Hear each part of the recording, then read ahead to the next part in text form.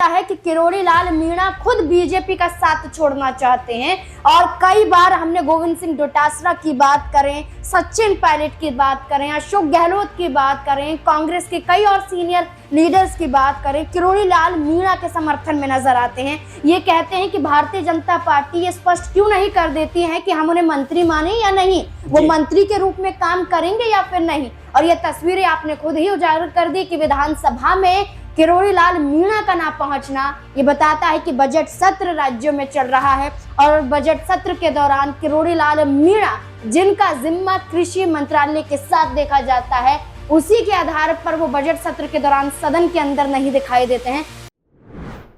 किरोड़ी लाल मीणा क्या गिराएंगे भजन लाल की सरकार? किरोड़ी लाल मीणा क्या भारतीय जनता पार्टी से बगावत करने जा रही है? किरोड़ी लाल मीणा की डील क्या कांग्रेस से फाइनल हो चुकी है? जहां दर्शकों, जहां एक तरफ कांग्रेस पार्टी लगातार किरोड़ी लाल मीणा को समर्थन दे रही है, तो वहीं दूसरी तरफ किरोड़ी लाल मीणा ने साफ तौर पर कह दिया है कि अब लड़ाई आर पार की होगी। मैं सत्य के लिए कभी भी पीछे नहीं हटूंगा। मैं सत्ता में रहूं या ना रहूं, मैं मंत्री रहूं या ना रहूं, लेकिन मैं सत्य के साथ खड़ा हूं। सत्य पराजित नहीं हो सकता। आपको बता दें कि किरोड़ी लाल मीणा का यह बयान ऐसे समय पर आया है जब लगातार वो सुर्खियों में है। किस लिए आप सभी जानते हैं। फोन टैपिंग से शुरू हुआ ये विवाद अब इस मोड़ पर आकर खड़ा हो गया है कि कहीं ना कहीं भजनलाल की कुर्सी हिलती हुई नजर आ रही है। भजनलाल के खिलाफ मोर्चा किरोड़ी लाल मीणा ने खोल दिया है। कारण बताओ नोटिस के बाद भी थमते हुए नहीं नजर आए। कारण बताओ नोटिस के बाद किरोड़ी लाल मीणा और अग्रेसिव तरीके से एक नहीं, दो नहीं, तीन नहीं, चार नहीं, बल्कि कई ऐसे मामले थे जिसको लेकर अपनी ही सरकार के खिलाफ नजर आए। सबसे पहला मामला सामने आता है जब वो फोन टैपिंग का आरोप अपनी सरकार के खिलाफ लगाते हैं। उसके बाद दूसरा मामला सामने आता है एसआई परीक्षा को लेकर। साफ तौर पर कहते हैं कि मैं फर्जी पुलिस वालों को कहीं ना कहीं नहीं आने दूंगा, उनको बाहर करना पड़ेगा। सरकार के लिए बड़ी चुनौती है। और दूसरी तरफ देखा जाए तो किसानों को लेकर के जिस तरीके से किरोड़ी लाल मीणा का रुख रहा है, वो अपने आप में कई सवाल खड़ा कर रहा था। इसके बावजूद देखा जाए तो विधानसभा से छुट्टी ले लेते हैं, विधानसभा में नहीं पहुंचते किरोड़ी लाल मीणा ये कहकर कि मेरी तबीयत खराब है, लेकिन जश्न के माहौल में डूबते हुए उनकी कई तस्वीरें, वीडियो सामने आए। उसके बाद सवाल उठने लगे कि किरोड़ी लाल मीणा विधानसभा में क्यों नहीं पहुंच रहे हैं। उसके बाद देखा जाए तो किरोड़ी लाल मीणा ने साफ तौर पर कह दिया है कि मैं पीछे हटने वाला नहीं हूं, मैं सत्य के साथ खड़ा हूं। किरोड़ी लाल मीणा का ये अंदाज भारतीय जनता पार्टी को रास नहीं आ रहा। भजनलाल सरकार का आखिर भविष्य कहां होगा और किस ओर जाएगा, ये तय कर पाना काफी ज्यादा मुश्किल हो रहा है, क्योंकि किरोड़ी लाल मीणा एक बड़े नेता हैं, सीएम पद के दावेदार भी थे और माना यही जा रहा है कि जो उन्हें मंत्रालय मिला है, जो विभाग उन्हें मिला है, उससे वो खुश नहीं है। जो बंगला निरस्त कर दिया गया, उस बंगले से भी ये खुश नहीं थे।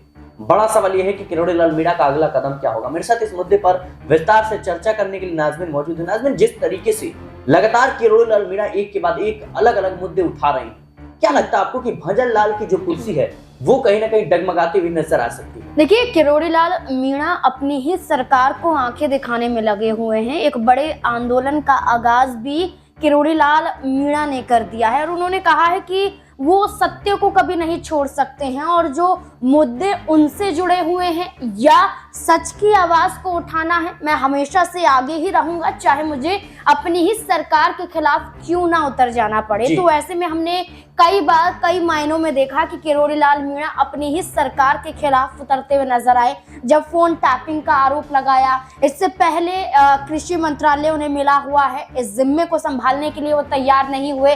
राज्य से लेकर केंद्र स्तर तक किसानों के साथ जो हालात दिखाई दे रहे हैं, उनके साथ जो व्यवहार किया जा रहा है, उसको लेकर किरोड़ी लाल मीणा ने कहा कि मैं इस पद के लायक ही नहीं हूं, क्योंकि मैं किसानों के लिए उनके प्रति समर्पित ही नहीं हो पा रहा हूं। किरोड़ी लाल मीणा ने इस्तीफा पहले ही मंत्री पद से सौंप दिया। भारतीय जनता पार्टी बीच मझधार में किरोड़ी लाल मीणा को फंसा कर रखे हुए, नहीं इस्तीफा स्वीकार किया जाता है और न ही निरस्त किया जाता है।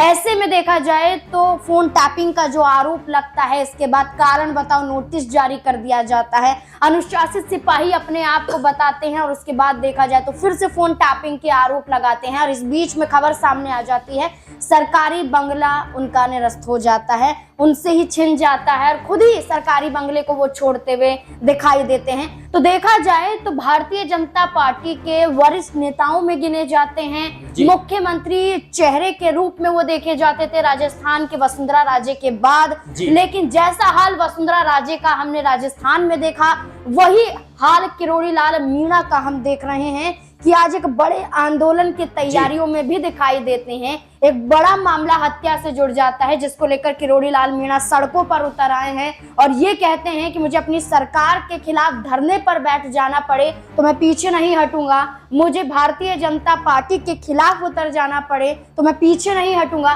तो ये साबित करता है कि किरोड़ी लाल मीणा खुद बीजेपी का साथ छोड़ना चाहते हैं। और कई बार हमने गोविंद सिंह डोटासरा की बात करें, सचिन पायलट की बात करें, अशोक गहलोत की बात करें, कांग्रेस के कई और सीनियर लीडर्स की बात करें, किरोड़ी लाल मीणा के समर्थन में नजर आते हैं। ये कहते हैं कि भारतीय जनता पार्टी ये स्पष्ट क्यों नहीं कर देती है कि हम उन्हें मंत्री माने या नहीं, वो मंत्री के रूप में काम करेंगे या फिर नहीं। और ये तस्वीरें आपने खुद ही उजागर कर दी कि विधानसभा में किरोड़ी लाल मीणा का ना पहुंचना ये बताता है कि बजट सत्र राज्यों में चल रहा है और बजट सत्र के दौरान किरोड़ी लाल मीणा, जिनका जिम्मा कृषि मंत्रालय के साथ देखा जाता है, उसी के आधार पर वो बजट सत्र के दौरान सदन के अंदर नहीं दिखाई देते हैं। तो सबसे बड़ी लापरवाही भारतीय जनता पार्टी की नजर आती है।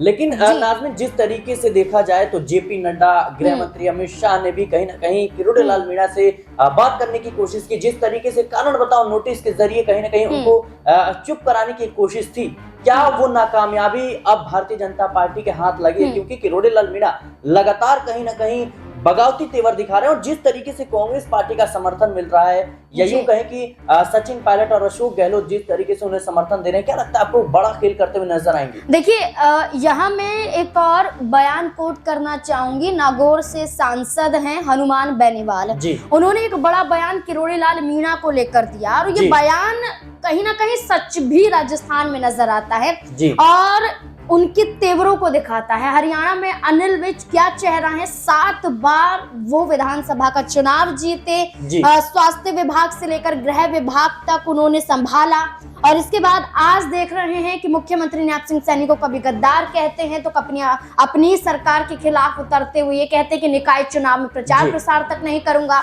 आज ये ताकत है कि अनिल विज को बीजेपी बाहर का रास्ता नहीं दिखा पा रही है, एक डर है क्योंकि अनिल विज गए तो कई विधायक जा सकते हैं और यही हाल राजस्थान में देखा जा रहा है कि हनुमान बेनीवाल कहते हैं कि किरोड़ी लाल मीणा एक ऐसे व्यक्तिगत रूप में नजर आते हैं जो मुख्यमंत्री भी बन जाएं तो भी अपनी सरकार की आलोचना करने से पीछे नहीं हटेंगे, तब भी उनके सवाल, तब भी तीखे तेवर और तब भी वो सवालिया निशान खड़े करते रहेंगे। तो ये जाहिर तौर पर बता रहे हैं कि किरोड़ी लाल मीणा की ताकत कितनी बड़ी राजस्थान में है, बीजेपी में है, कि बीजेपी के पास मौका है कि किरोड़ी लाल मीणा ने इस्तीफा दे दिया है, स्वीकार कर सकते हैं। लेकिन स्वीकार क्यों नहीं किया जाता है? क्योंकि किरोड़ी लाल मीणा एक बड़ा चेहरा है मीणा समाज के लिए और उन विधायकों के लिए जो किरोड़ी लाल मीणा के समर्थक माने जाते हैं और ऐसे में बीजेपी में किरोड़ी लाल मीणा की ताकत बड़ी है। अगर वो गए तो कई विधायक जाएंगे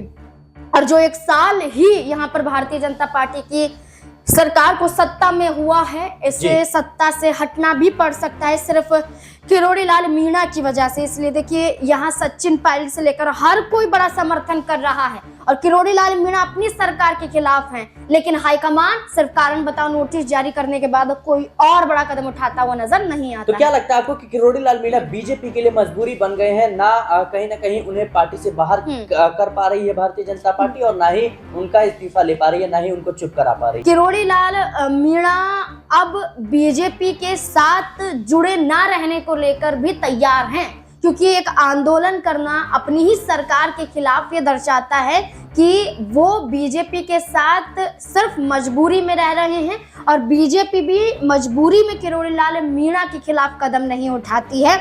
हरियाणा में अनिल विज तो हमने आपको बताया, लेकिन इसके अलावा भारतीय जनता पार्टी के कई बड़े चेहरे आपको नजर आ जाएंगे। जब दिल्ली में विधानसभा का चुनाव हुआ, प्रवेश वर्मा एक बड़ा चेहरा थे मुख्यमंत्री बनने के लिए, सांसदी से लेकर विधानसभा का चुनाव जीते, उनके पिता मुख्यमंत्री दिल्ली के रहे, लेकिन आलम यह रहा कि किसी महिला चेहरे को यहाँ पर बैठा दिया जाता है मुख्यमंत्री कुर्सी के लिए।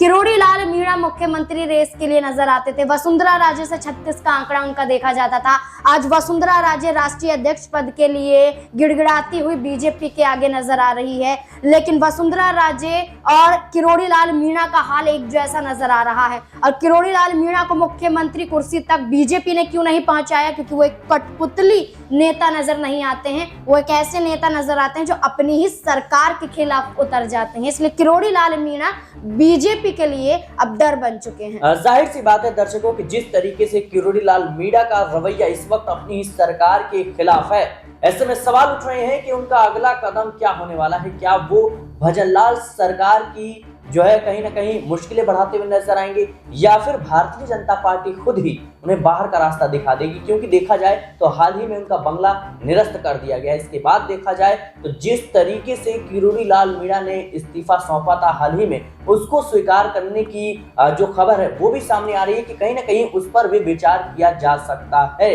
क्योंकि जो रवैया है किरोड़ी लाल मीणा का, उससे भारतीय जनता पार्टी बिल्कुल भी खुश नहीं है। फिलहाल के लिए इस रिपोर्ट में इतना ही। देश और दुनिया की तमाम खबरों के लिए बने रहें नेक्स्ट 9 न्यूज के साथ।